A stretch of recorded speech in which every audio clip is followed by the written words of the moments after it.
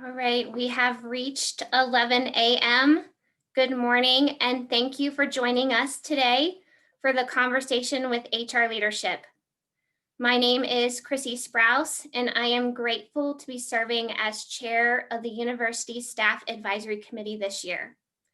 USAC is an advisory body to President Johnson and other university leadership, comprised of members from across the university, medical center, and extended campuses. Our mission is to maintain an active and participatory line of communication with the university community and to provide a forum through which staff can raise, discuss, and make recommendations to support the university's mission. USAC leadership created a multi-year plan to help foster consistency in our vision and focus, and our mission will remain consistent, advocating on behalf of staff.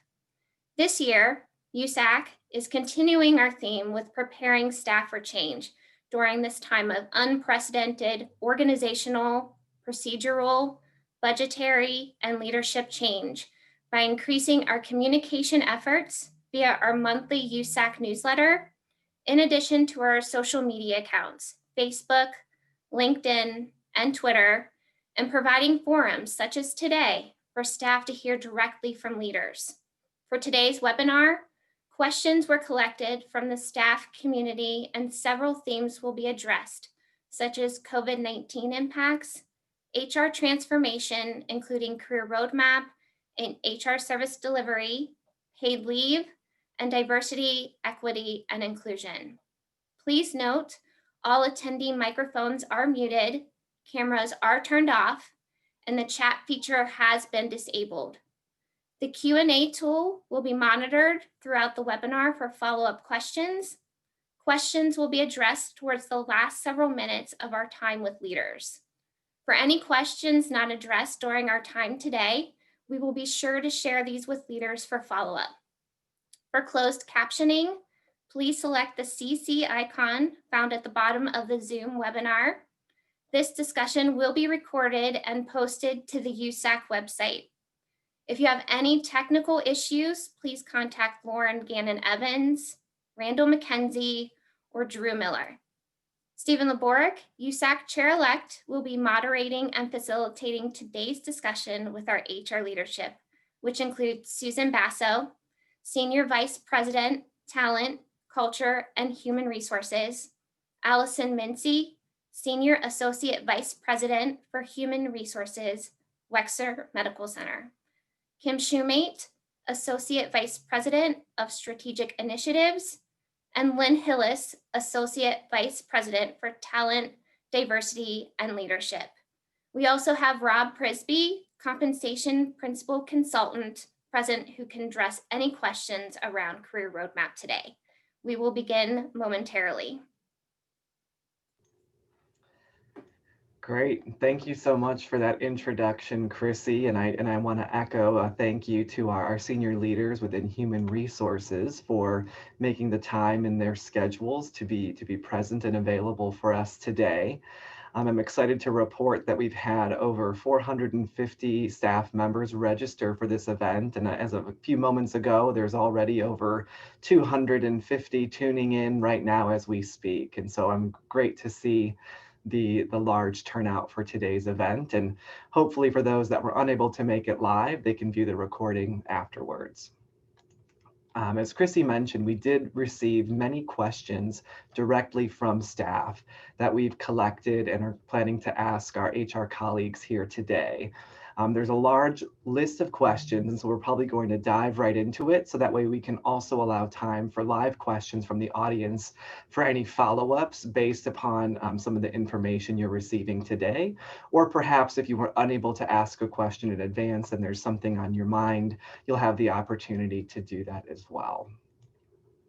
I think we would any conversation about HR would be incomplete without talking about our daily reality in the COVID-19 pandemic. And so that's going to really be the first topic area of focus for us today. Particularly, the pandemic has taken a toll on all employees, and many staff are reporting mental health concerns, Zoom fatigue, and burnout. A question that we received for our HR colleagues is, what is the university's position on mental health days, and what strategies does HR recommend for managing stress during this time? This also includes the medical center, since many staff are patient focused and frontline during the pandemic for those actively infected. So, Stephen, I'll start and then defer to some of my colleagues who I'm sure have some thoughts on this as well. But let me start by saying first, thank you so much to USAC for hosting this. I just think it's an incredible testament to the engagement that USAC has with leadership and how much you all care about staff. I would start by saying I'm just so incredibly proud of the HR leadership team, many whom are on this call today. Many of the staff out there probably have no real sense of the dedication of these individuals and how tirelessly they have worked over the last many months on your behalf to ensure that we were able to keep all of our faculty, staff, and students safe, really as our top priority. And of course, never easy to manage navigating 30 some thousand employees into a kind of telework arrangement, especially at a place that probably didn't have a very high degree of flexibility prior to this. So we have learned a great deal. And so I think I would start by saying completely understand and appreciate the mental health issues that our employees are dealing with. We're talking about this almost every day. Many of us feeling much the same, quite honestly. It's just been a challenging time for everyone. But I do believe, the kinds of things we've put in place, the programming, the support, the resources that are out there, and maybe Lynn, I could turn to you to talk about some of the things that you guys have done in that space. To your specific question, Stephen, we haven't really talked specifically, at this particular juncture about wellness days, but I know that USAC has advanced a proposal to me, about how we might think about our current sick leave policy and how we might convert days to be used for, I think, the kinds of wellness I just need a break kind of day. And, with new leadership and our new president, obviously, she's getting assimilated and it really has hit the ground running. And so it's not something that I've had the opportunity to speak with her or other leaders yet about. But it's certainly something that I know our chief wellness officer is very supportive of and something that's on the radar. So Lynn, why don't I just quickly turn to you and maybe you can talk about some of the engagement and the work that your team has been doing. Yeah, so, a lot of the work that we've been doing is preparing leaders on how to lead a little bit differently in this particular environment. So when the pandemic first started and we all returned or went to telework back in the March, April timeframe, one of the first things that we did was put together a leader connection series. And in that we had 5 of just some phenomenal leaders across Ohio State talk about, how they're leading and how they're working with their employees through different times and how to build better teams and how to support one another through this time. We've also been looking at wellness throughout the programs that we're in the process of implementing. So you may hear, or you may have heard, and we'll talk about this maybe throughout this session.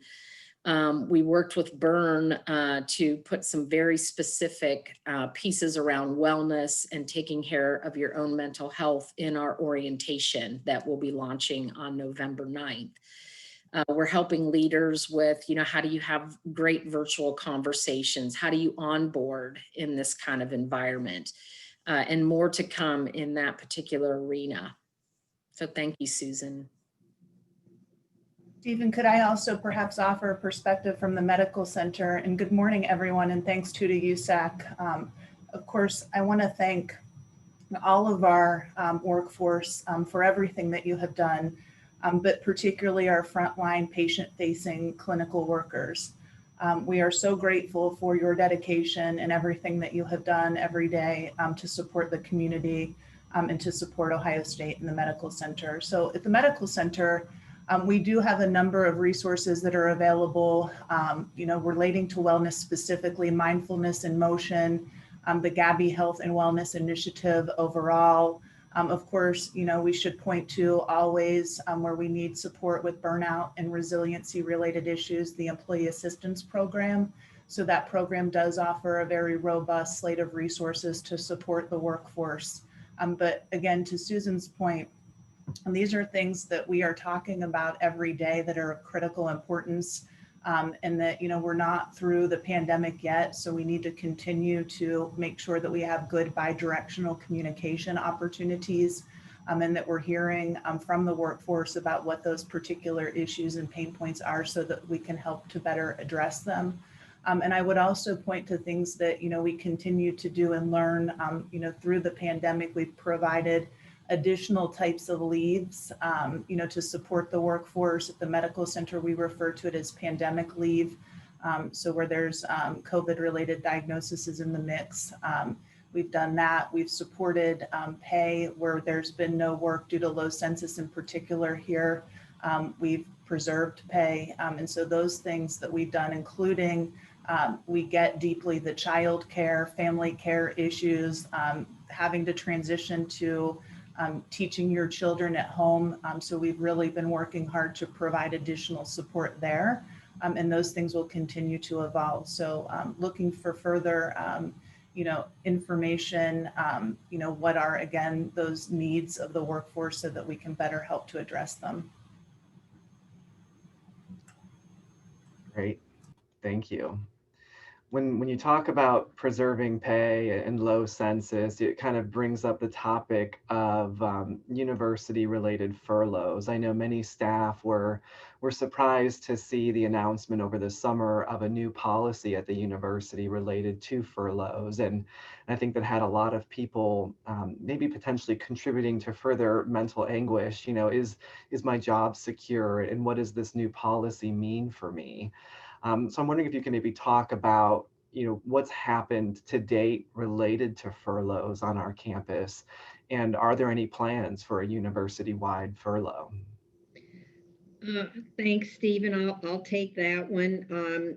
Absolutely understand the question and understand the anxiety that an announcement like that can certainly provoke. What I will say is, when we were asked to think about such a policy, obviously the first thing we do is benchmark peer institutions. And we were actually pretty much alone in not having such a policy. And so we have developed an interim policy. It's what I would describe as just another tool in the toolkit in the event that the institution would need to utilize something like that. I had the opportunity a week or so ago to speak and have spoken a number of times to Faculty Senate, the Faculty Compensation and Benefits Committee, and we've been very transparent about the fact that, in all candor, we have not had to utilize the policy in any huge significant way. As of right now, we have only had to invoke the policy in two areas, and they would probably not be areas that would surprise you. It was athletics and in some of their, business advancement area. And of course, it was obviously related to the fall sports situation and the fact that, our hotels, business was significantly down. And the other area was the Wexner Center for the Arts. And there were some additional reasons for that as well, that had not as much to do with COVID, but somewhat to do with, some of their funding that was not what it was anticipated to be even prior to COVID. So the great news is that even though many of those employees were furloughed, at the time through Lynn's area, we stood up a talent redeployment center. We found work for many of those individuals, particularly needs that we had in student life, in our contact tracing efforts. So, we feel pretty good about what we were able to do. And as of right now, I can honestly say there are not any conversations with any other units at this particular time, regarding furloughs. That's great. Thank you for your transparency on that. I think that, I appreciate it, and I think the staff community does as well.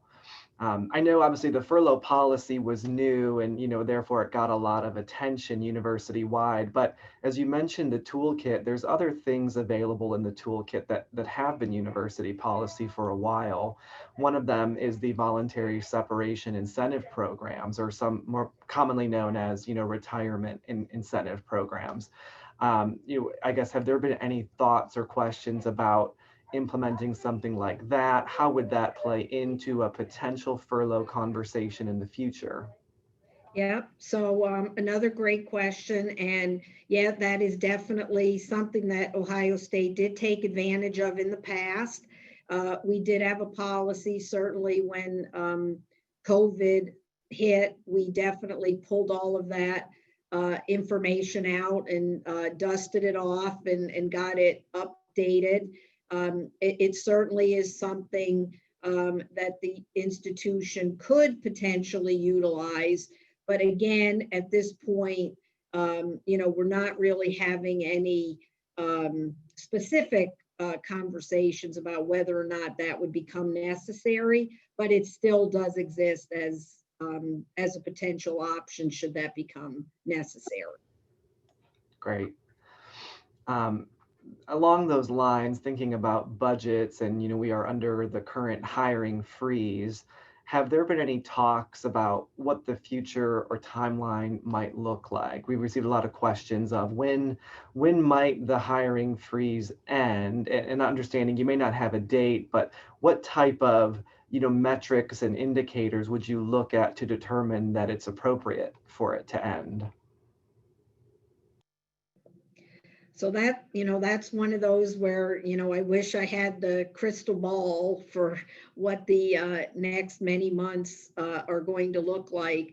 Certainly, Mike Papadakis, who is the university CFO, and I, are talking regularly. We're looking at regular reports coming out of our talent area around what hiring looks like, and haven't really at this juncture talked specifically about when that would end.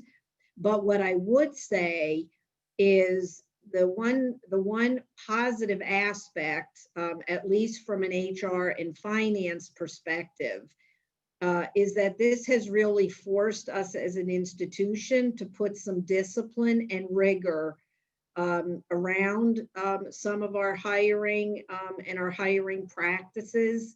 And that, I believe, will be a positive development on the other side of COVID, because I think sometimes there's a natural propensity for leaders, when someone leaves, to just, run to HR and say, get that job posted, without any real diligence or thinking about, do we need to post that position? Does it need to look exactly the same way? Is there a possibility or potential to give someone else an opportunity to grow into that type of role?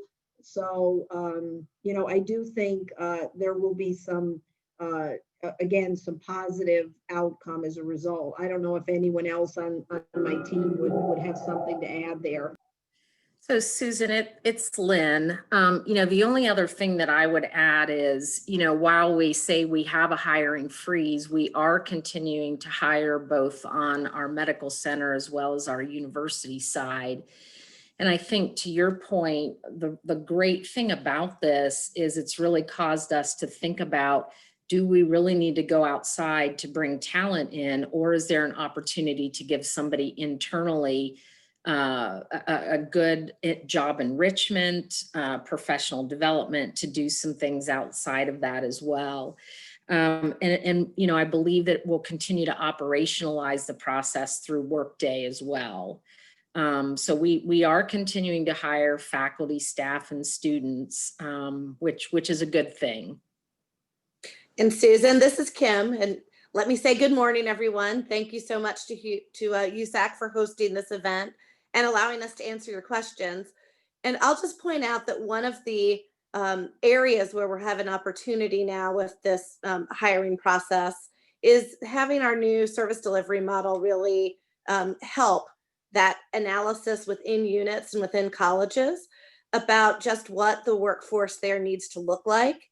For those HR business partners to really work with the senior leaders of each part of the organization and think forward to the future. What are the new challenges for every college, the new opportunities, the new businesses that we want to get into? And how does the workforce need to change in order to address those things and really become a lot more proactive as a university in managing our workforce forward? And if you think about this process of really scrutinizing every decision about hiring or retention, it's really getting us, as Susan was referencing, into really good habits about using a holistic approach and a really strategic approach to workforce management. So it's the beginning of what could be some very exciting things that really unlock a lot of opportunity for employees on campus. And we'll hear more about that as the model gets more mature and as we get into Workday, certainly next year. Great. And Lynn, thank you for talking about professional development. That was another question that came in from our staff as we talk about, you know, budget challenges, and many staff, you know, still have the desire for professional development. And I know you and I have had several meetings about things that you're working on. I don't know if you could provide a summary of opportunities that will be available in the future for staff. Yeah, thank you, Stephen. You know, we've seen there have been some reductions in the professional development budget, as we've heard from leaders across. And before this happened in HR, we were already looking for ways to bring in other opportunities for our employees, which, you know, faculty, staff, and our student life does a phenomenal job with developing our students. So the first thing I would point out, and this was the great partnership with USAC, are the staff grants. So we actually just went through the biannual, semi-annual staff grant process.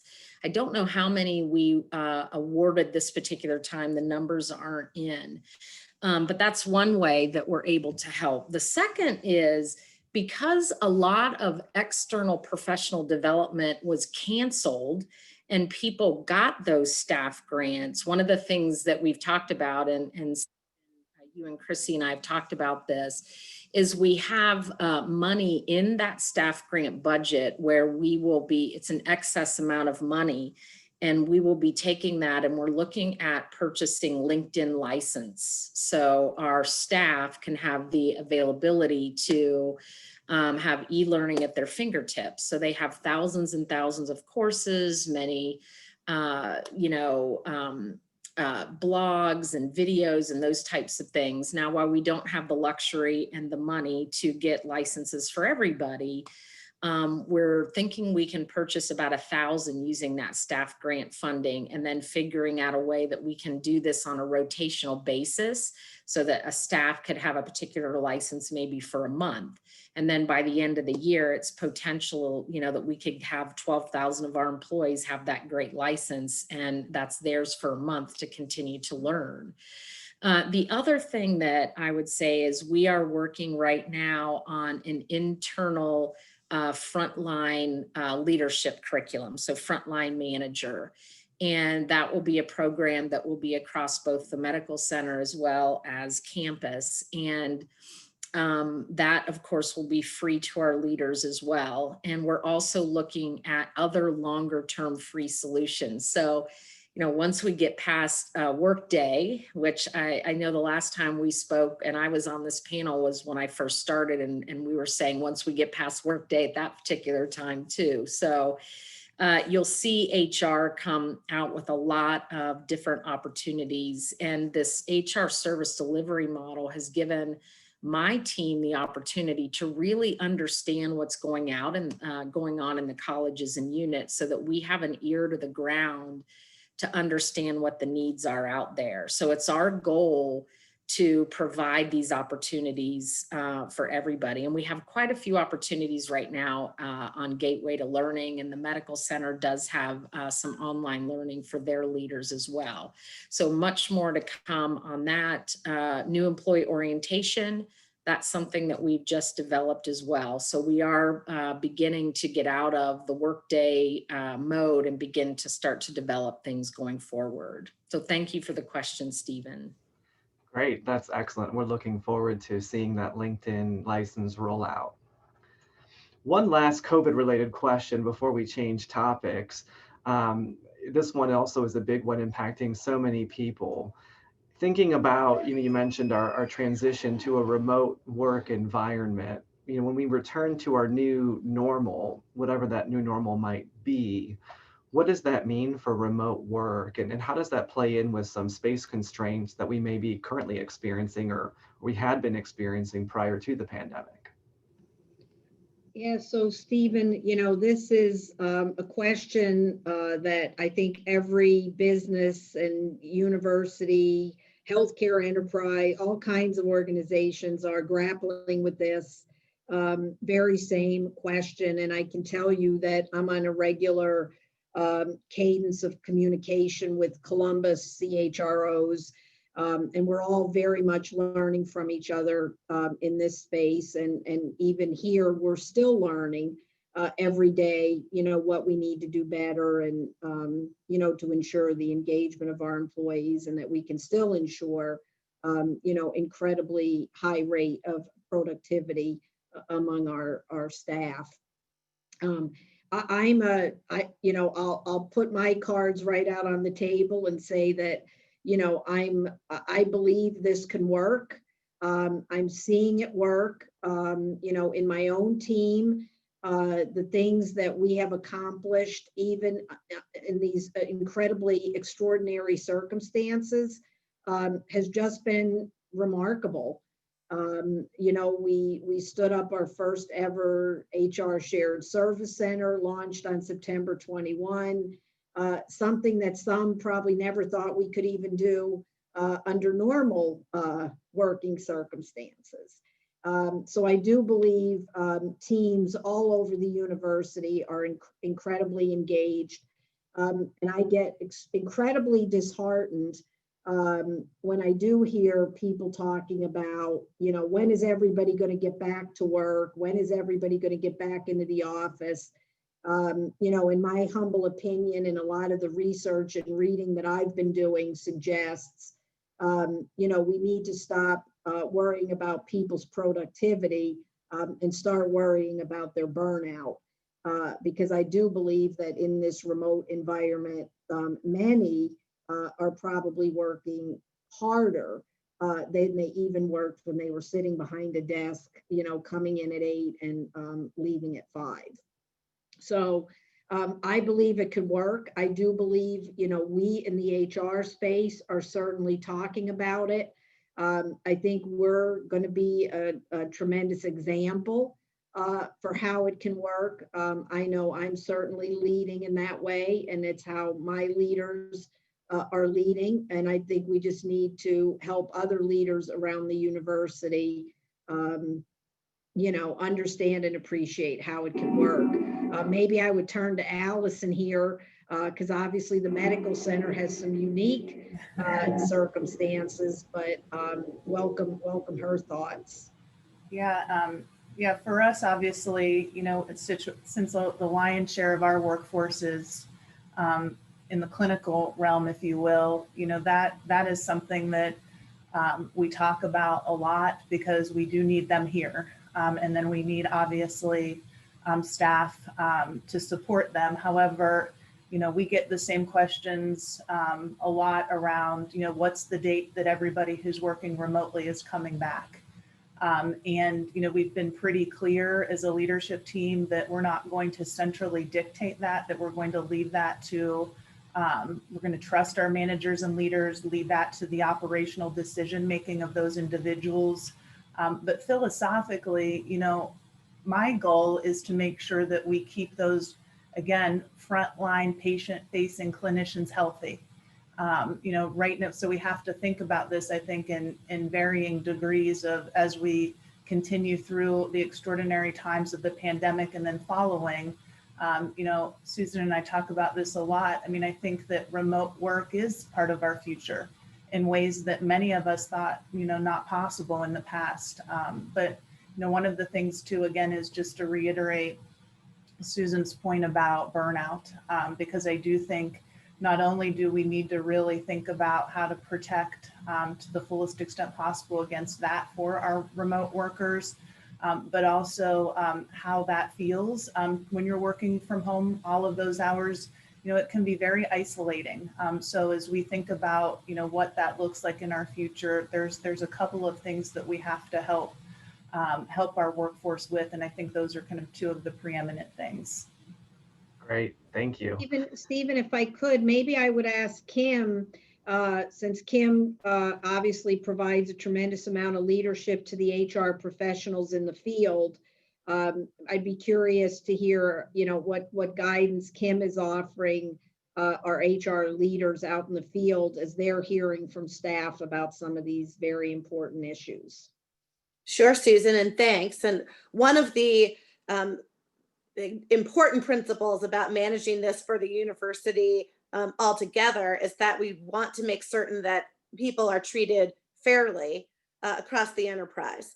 And so we really do talk a lot with our HR business partner teams about what are those criteria for performing work from home. What are the performance criteria that should fairly be expected? How do we manage that? And then we have to really balance the needs of an on-campus community for leadership and service with the needs of our staff for flexibility and taking care of all of the very many responsibilities that they have. And so several of the things that we've looked at have to do with who's actually back on campus and who needs that support. And so I think you'll find that in many areas where there are students who are on campus, where there are customers who are still coming to campus, and that service still needs to be provided in person, that's where you'll find a heavier number of faculty and staff, frankly, on campus today. And where we can provide excellent service remotely, at least while we're still in this pandemic, we're continuing to do that. But we'll be following the lead of university leadership as we continue to bring more and more services and functions back to an on-campus setting in making those decisions. And then really leaning on those business partners, as I alluded to before. This is one of those very critical areas for every college and unit to really think about, how is your service best provided? You all know that space on campus is always at a premium. Office space is always at a premium.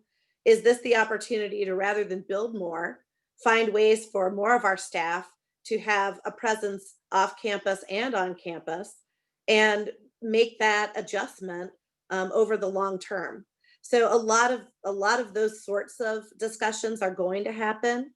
But I do think that into next year, we'll start to see more staff and faculty return to campus, along with our business starting to return to campus. And making those decisions along the way is one of the things that we're now really well positioned to do as an HR organization, and help those leaders think those things through, keeping in mind fairness and service and exactly what we want to be all about as Ohio State. Great.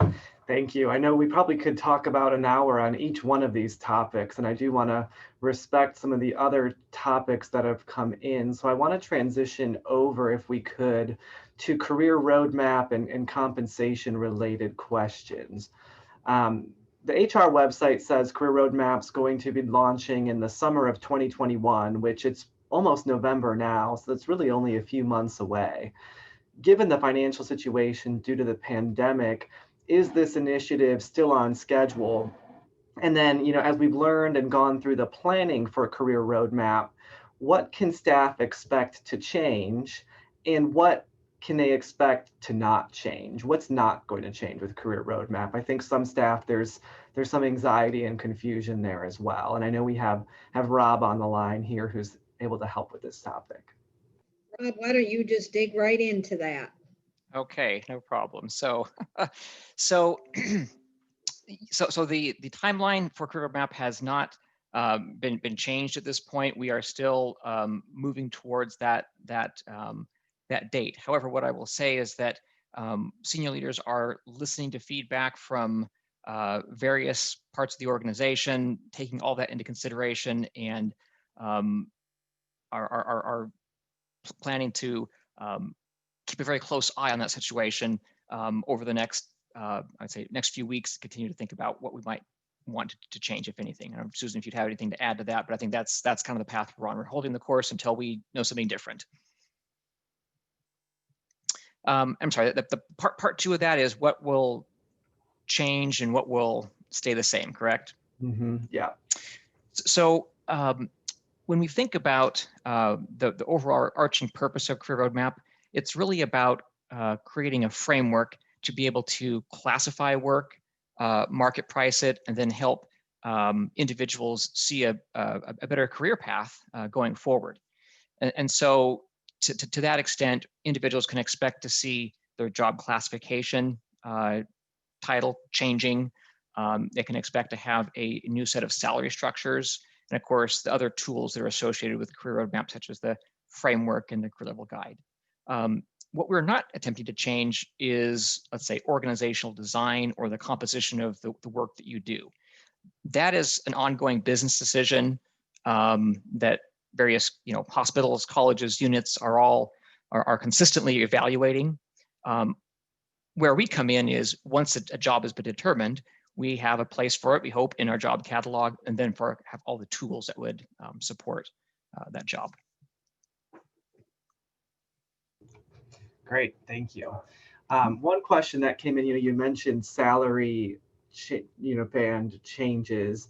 If an employee maybe doesn't agree with, how their compensation may change as part of Career Roadmap, what options do they have, and what approach will the organization be taking to those who may be above or below new pay bands once those are decided? Sure. Okay. So first thing out of the starting gate is we're not intending to do any sort of across the board immediate change to salaries or pay as a result of Career Roadmap. That is sort of an ongoing activity that would happen afterwards. But when launched, we'll have new pay ranges, and as you mentioned, individuals in some cases may fall below or above that range. And in fact, the current phase of the initiative that we're in, our intent, our focus is on really scrutinizing those positions that do fall above and below and ensure that we have appropriately mapped them. But on the backside, when we do go live, there will be some folks who do fall outside the range. And that is normal during an implementation. Where we're headed with that is those individuals who are above would see a bit of a restraint in salary growth, so they wouldn't be receiving typically merit increases every year. However, in lieu of a merit increase to base pay, they would be eligible for call it a lump sum merit So it doesn't change the base pay, but it would be some figure that would be paid out in a one-time basis. Those falling below the range minimum in similar fashion, there wouldn't be an immediate action to move everyone into range, but that would rectify itself over time through, let's say, I'll call it the optimization of payroll of our merit budgets and other activities.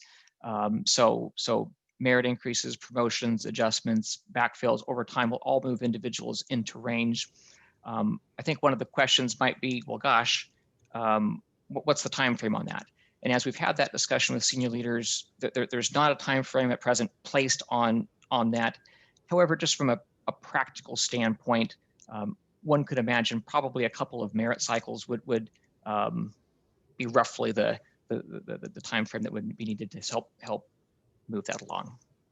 A question that we get often is, as a result of this initiative, will anyone's pay be reduced? No, we are not doing pay reductions as a result of Career Roadmap. Great. Thank you. This is more evolution than revolution, I guess, in some respects. Excellent. I know we're running a little short on time and want to also have time for live question and answers, but there's a few other hot topics I know we want to touch on before we move into that. One was related to the recent announcement regarding the staff tuition benefit. I think there was some confusion around the announcement, and then also some discussions have happened, and I think, Susan, you maybe have an update to provide related to that. Sure do, Stephen, thank you. So first of all, I want to acknowledge and thank many individuals who reached out to me about this, recent announcement. I have to admit, I always appreciate receiving communication from staff and leaders, particularly when it's very thoughtful and, kind of expresses legitimate concern. And we take that very, very seriously. And so I did have the opportunity to revisit this with the president and our senior leadership team.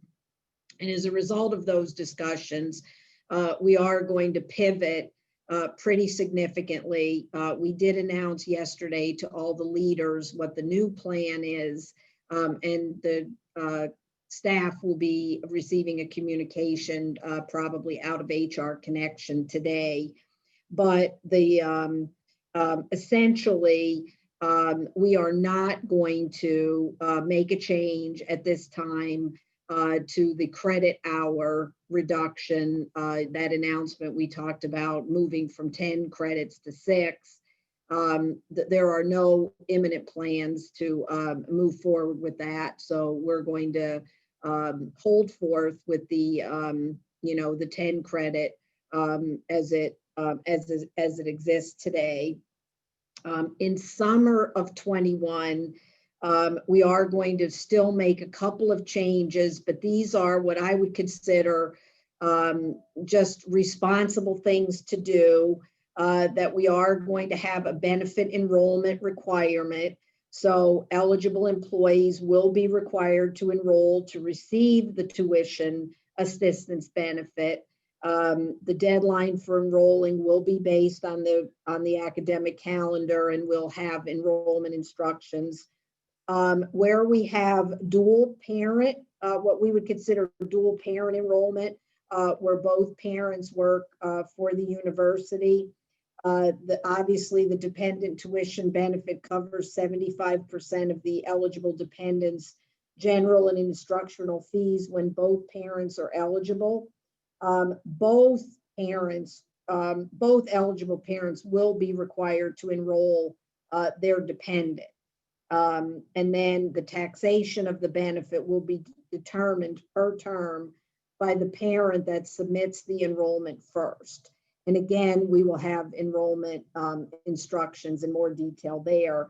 And then we will be starting dependent eligibility verification, which is something you're all very used to as part of the having any of your dependents enrolled in our health insurance programs. So we will be doing that same eligibility verification for the tuition. The other changes that we announced are things that we are still contemplating, but not until autumn of 21. So we are evaluating the non-resident fees. And this is a situation where individuals who live outside of the state of Ohio, currently we have paid those fees, and those individuals are not required to declare residency, and we are not going to pay those fees anymore unless the individual is required as part of his or her job to live outside of the state. And we are also reevaluating again for autumn of 21, the one-time forgiveness of fees. And this is, the fees that are associated with an individual who drops a course after the deadline. And we are still looking at whether or not we would ask the employee to be responsible for that fee adjustment. And then the other thing is we are moving forward with the maximum dollar limits on the assistants, and faculty and staff will move to 10,500, and the dependent will move from 5250, or will be 5250 for one parent and 7875 for two parents. So those last three items are again being revisited for autumn of 21. So giving people more time to process and adjust to the changes. But again, the main headline is we're staying steady state on the 10 credits. Excellent. I think that's a welcome announcement for all, as I know there were many, many questions and comments we've received. So thank you for revisiting that, and it's greatly appreciated by the staff community. Another recent hot topic is related to an announcement that was made at University Senate regarding the changes in graduate stipends. There have been concerns from staff about, we're in a merit pause situation, and then when we have an announcement regarding stipend increases for various graduate students, and some staff have commented that if you calculate the hourly rate of this new minimum, some graduate students may be making more money than staff hourly rates as a result of this. So I'm curious what question or what comments you may have on that topic. I'm not sure I have anything specific. Obviously, this is the first time that I'm hearing the staff concerns. It is certainly something that I will take the opportunity to share with the president that I heard. But, I do know that, a focus on our graduate students, who are, just incredibly important to the lifeblood of the institution, I think was, fundamental to the decision to increase their stipends. And of course, all of the work that we're doing in the career roadmap space is very focused on staff and staff pay equity. We're doing a lot of that same work in the faculty space. And so, I don't think that really there's any constituency group that we're leaving behind. I just think it's just a matter of timing, and how we're moving forward with some of these, in some of these areas, and particularly at a, incredibly difficult time in the institution's financial history.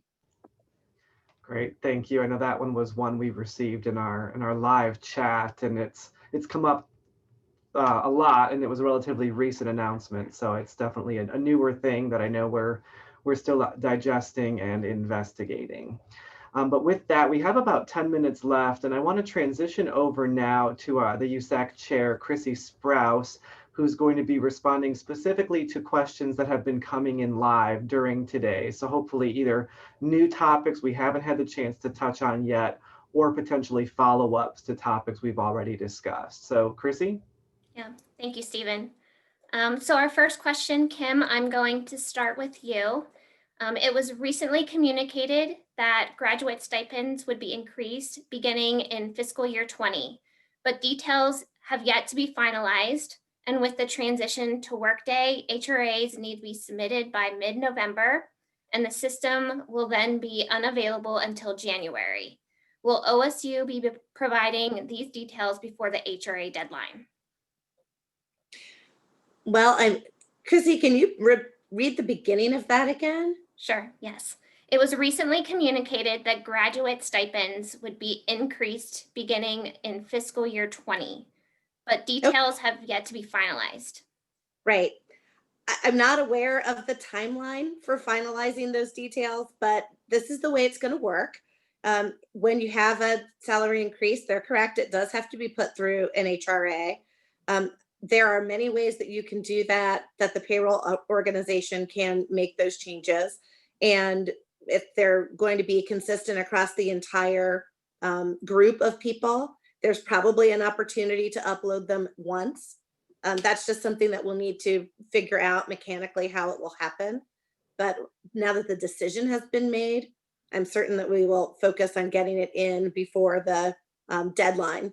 I'm glad to hear that people are aware we do have a deadline that is pretty non-negotiable in order for us to get Workday up and running. And so we will certainly be taking a look at that. And that'll be our team in HR Connection and our payroll team primarily to be working with the business partners in graduate school and academic affairs to get that to happen. Great, thank you. Mm-hmm. Lynn, I'm gonna toss this question to you.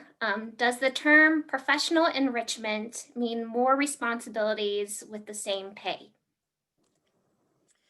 That's a great question, Chrissy. And so there are many different thoughts on this. So I will tell you that now when an employee takes on more responsibility at the university, we do see in some cases that individuals get additional pay for that. And it depends on the additional responsibilities that they take on and the scope of those responsibilities as well. So you can look at it that way from a pay perspective, which we do at Ohio State. But the other benefit of that is to look at that as a way to grow your career development and to learn new skills. So it's a win-win, I think, right now in Ohio State from both a monetary perspective, depending on the amount of additional duties you take on, as well as being able to grow yourself professionally. And in many organizations, job enrichment is a tool that's used to develop individuals that want to enhance their career, move their career. And career doesn't necessarily mean upward mobility, but it could mean outward mobility. And sometimes people will even take a demotion to learn a completely new skill so that they can then move forward in their career. So I think that might have answered the question. I hope so. Yes, thank you. Susan, I'm going to start with you on this, and you can toss it to anybody on the team if they'd like to expand. There has been a comment, it feels like we are trying to, questions keep coming in, so my chat keeps going. It feels like we are trying to make so many changes at once, and during the most difficult time most of us have ever worked through. It would be nice to hear why leadership has decided that is best path forward right now. It's a great question, and I certainly know a lot of the changes, even within HR, that even my own team are experiencing. So I'm, just incredibly tuned in to that. There's a couple of, I think, different ways. I wouldn't want to respond to this on behalf of, every single leader at the institution, because I think, many feel differently, about change and the volume of change. But, from my perspective, I believe we've tried to be thoughtful about the changes that we're making. You know, we had charted a course for ourselves, you know, that was very much a part of our strategy and our plan. And you know, no one ever imagined, you know, that we would be sitting in the midst of a pandemic and that we would still be dealing with it, you know, even, you know, a number of months past when, you know, some thought that we would be, and really not even really knowing what the months ahead look like.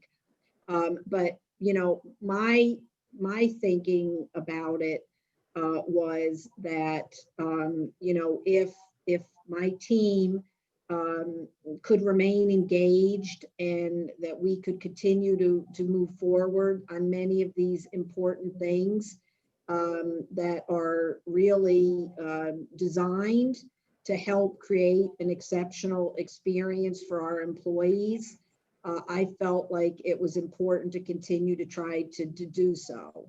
I do think, you know, there are opportunities to pivot always. I think we just demonstrated that with the tuition assistance announcement.